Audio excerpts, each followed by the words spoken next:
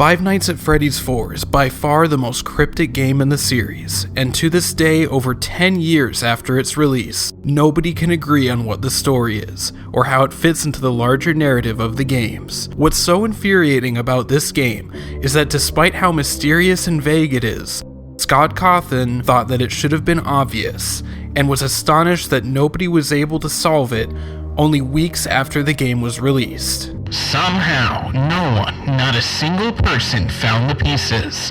The story remains completely hidden. I guess most people assume that I filled the game with random Easter eggs this time. I didn't.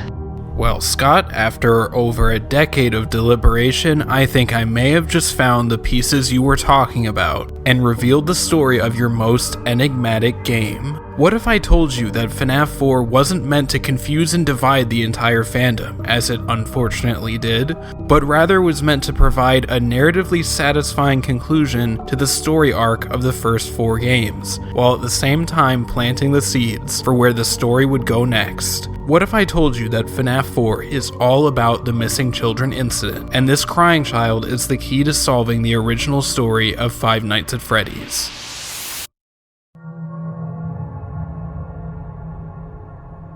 First, let's ask ourselves, what is the story of the first 4 games? You could say it's the story of Michael Afton, who accidentally kills his brother and goes on to work as a security guard across various Fazbear locations, which is definitely true, but I would argue that the family drama-esque Afton saga really plays out in the second half of the series, from Sister Location onward. It's not central to the story of the original tetralogy. No, the story of the first 4 games is about 5 children who went missing at Freddy Fazbear's Pizza, murdered by the purple guy. Children who went on to possess the 5 main animatronics who haunt the player until they're freed. It's the story of the MCI. In FNAF 1 and 2, we learn about the MCI, plus the additional murder of a 6th child who goes on to possess the puppet. We learn that 5 children went missing in June of some unknown year in the past. We see their killer returning to the FNAF 2 location, and we see the puppet give them life in the animatronic suits. The biggest question mark we had about the MCI after FNAF 2 was Golden Freddy. Why was he so ghostly and erratic in a way that the others weren't? There must be something that makes him special. In FNAF 3, the player can access the good ending minigames, which seem to show us where the spirits of the MCI are now, decades after Freddy Fazbear's Pizza closes its doors. They're lost, trapped in some kind of digital purgatory, and the player has to jump through some metaphysical hoops to access this plane and find them, give them cake, to invite them to a birthday party, their happiest day. In Happiest Day, it appears that this purgatorial birthday party is for the 5th missing child, Golden Freddy, with the other 4 children being guests, his friends, and the puppet being the one orchestrating it all. Completing this minigame seems to release all 5 spirits plus the puppet, and rewards the player with the good ending, where the animatronics are no longer haunted. The MCI are free. Although FNAF 3 provides an ending to the MCI's story, it still leaves a lot of questions. Why are characters from FNAF 2 involved in this process? What makes the Golden Freddy spirit special? Why does he require the others to come to his birthday party? And why does his birthday party set them all free? Those questions are all answered in the very next game, but it's going to take a little bit of theorizing to put the pieces together. They're in place for us, and they have been for over 10 years. All we have to do now is find them.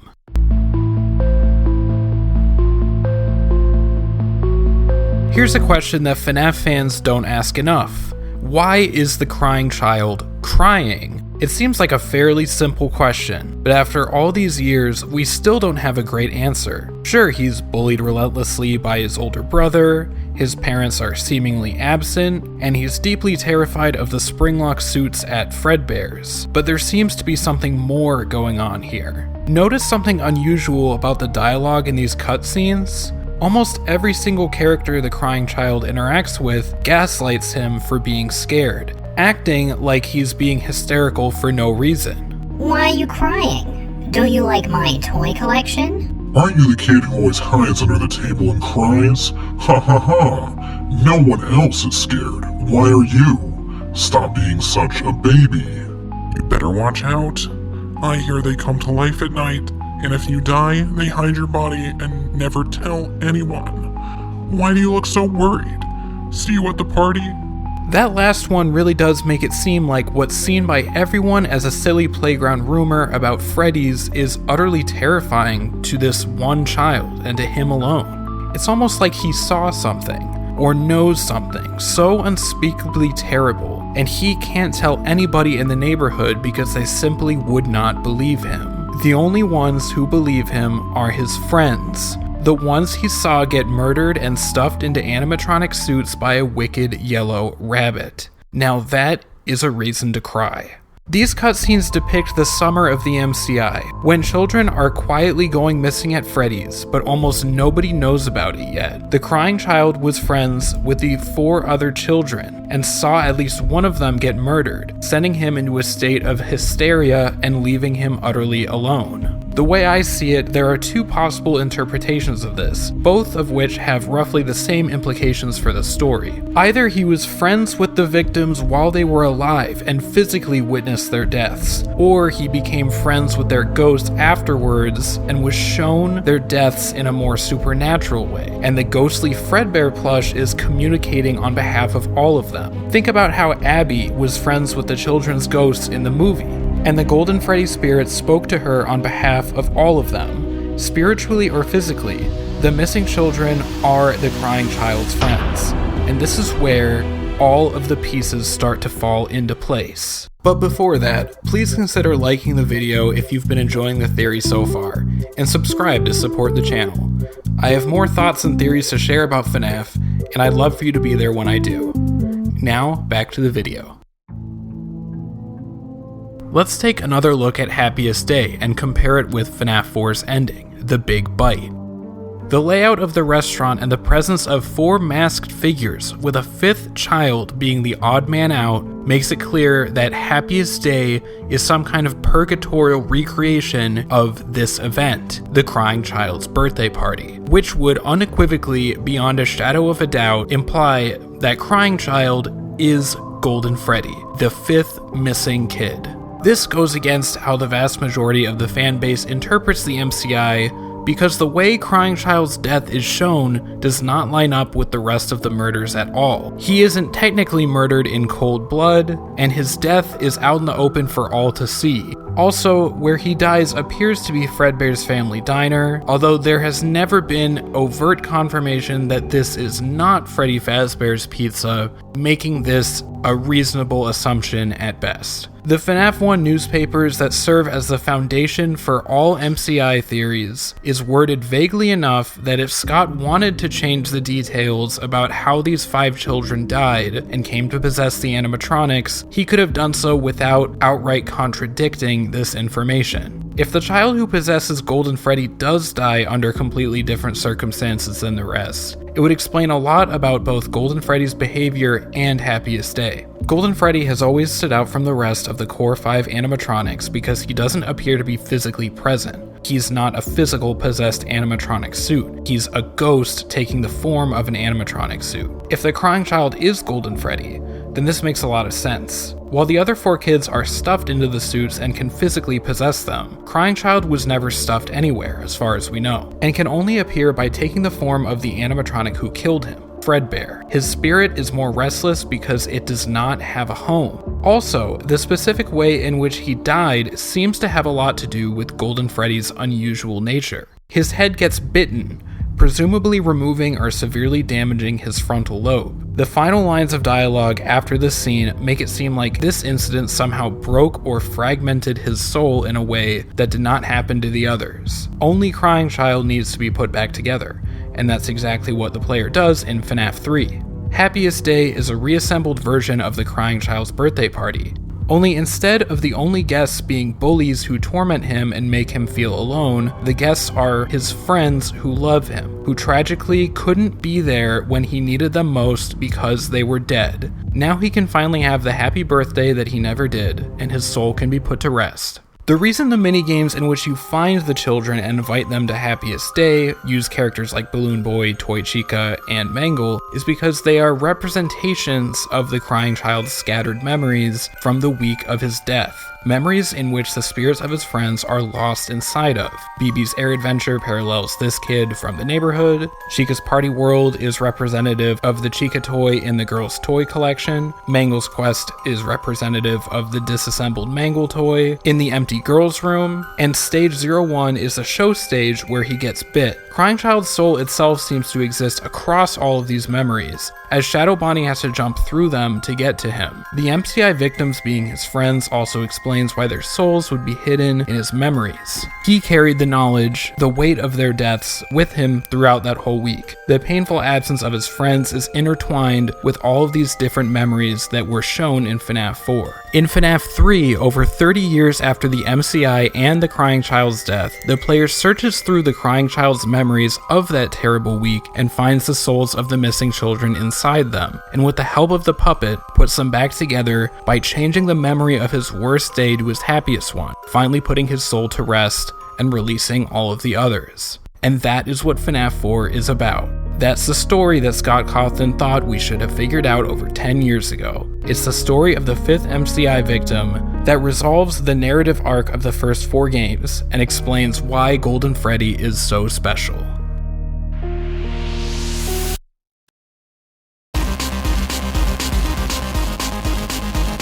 Going over this evidence for the Crying Child being the 5th MCI victim and the receiver of Happiest Day sent me down a crazy rabbit hole that has made me reconsider so much, not just about the first 4 games, but the entire FNAF series. And although these findings fall outside the scope of this video, I would be remiss not to mention them here. The fact that the Crying Child's spirit needs to be released in order for his friends to be released makes it seem like he has some power, some level of influence over these other spirits. Maybe the agony of his birthday party was preventing them from moving on. That brings to mind the vengeful spirit from UCN, which I think deserves a video of its own. But if the Crying Child's friends were killed by a man he would later find out to be his father, that would give him a reason to want revenge. It even fits the use of male pronouns from the voice lines in that game. The only snag in this theory is that he wasn't technically killed by Afton, but there may be some potential workarounds there. Maybe his negligence killed him, maybe he pulled the plug on him in the hospital for some reason. Even if Crying Child is not Toy Shank, he clearly holds some influence over the supernatural elements of the restaurants. Theorists like tdreads and the Unwithered Truth have popularized the God victim interpretation, which basically states that what Crying Child experiences in FNAF 4 causes him to influence certain aspects of the restaurants after his death. I agree with this, and I think the fact that his spirit must be released in order to release the others is even more evidence towards his godlike abilities of influence.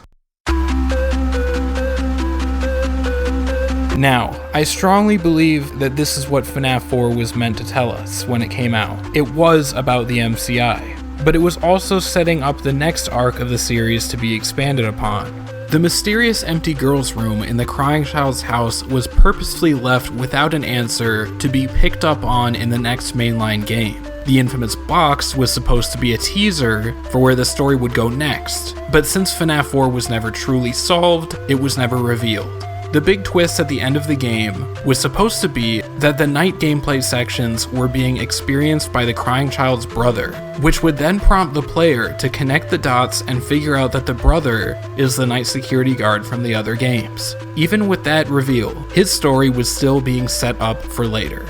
Soon after FNAF 4, the Silver Eyes novel was released, which for the first time gave a face and a name to the mysterious purple guy, William Afton. And the next mainline game, Sister Location, would go on to develop his story and his family's story.